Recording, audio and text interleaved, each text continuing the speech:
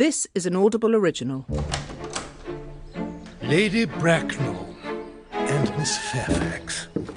Aunt Augusta. Good afternoon, dear Algernon. I hope you are behaving very well. I'm feeling very well, Aunt Augusta. That's not quite the same thing. In fact, the two things rarely go together.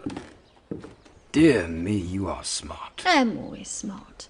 Am I not, Mr. Worthing? You're quite perfect, Miss Fairfax. Oh, I hope I'm not that. It would leave no room for developments, and I intend to develop in many directions. I'm sorry if we're a little late, Algernon, but I was obliged to call on dear Lady Harbury. I hadn't been there since her poor husband's death. I never saw a woman so altered. She looks quite 20 years younger. Now I'll have a cup of tea and one of those nice cucumber sandwiches you promised me. Certainly, Aunt Augusta. Won't you come and sit here, Gwendolen? Thanks, Mamma. I'm quite comfortable where I am. Good heavens. Lane, why are there no cucumber sandwiches? I ordered them specially.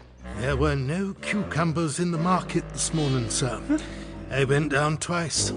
No cucumbers? No, sir. Not even for ready money. That will do, Lane, thank you. Thank you, sir.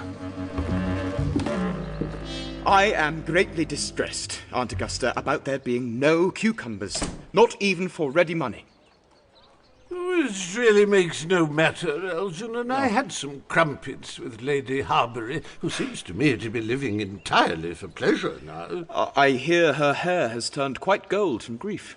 It certainly has changed its colour, but from what cause, of course, I cannot say. Thank you. I've quite a treat for you tonight, Algernon. I'm going to send you down with Mary Farquhar. She's such a nice woman and so attentive to her husband. It's delightful to watch them. I'm afraid, Aunt Augusta, I shall have to give up the pleasure of dining with you tonight after all. I hope not, Algernon. It would put my table completely out. Your uncle would have to dine upstairs. Fortunately, he is accustomed to that. It is a great bore, and I need hardly say a terrible disappointment to me. But the fact is, I have just had a telegram to say that my poor friend Bunbury is very ill again. They seem to think I should be with him. This is very strange. This Mr. Bunbury seems to suffer from curiously bad health. Yes, poor Bunbury is a dreadful invalid.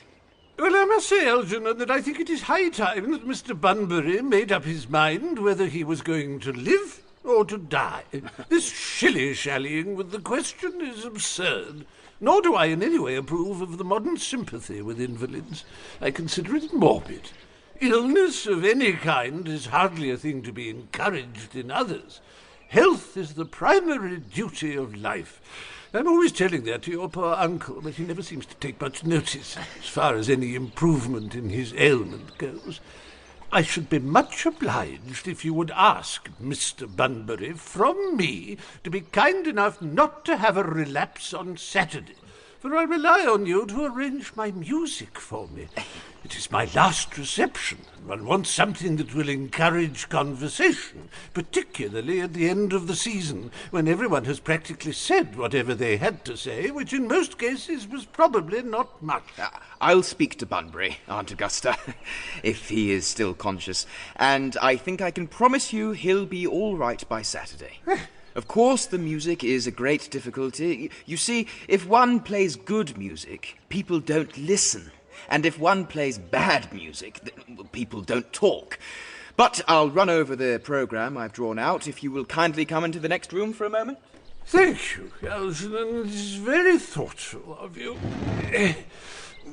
I'm sure the programme will be delightful. After a few expurgations, French songs I cannot possibly allow. People always seem to think that they are improper, and either look shocked, which is vulgar, or laugh, which is worse.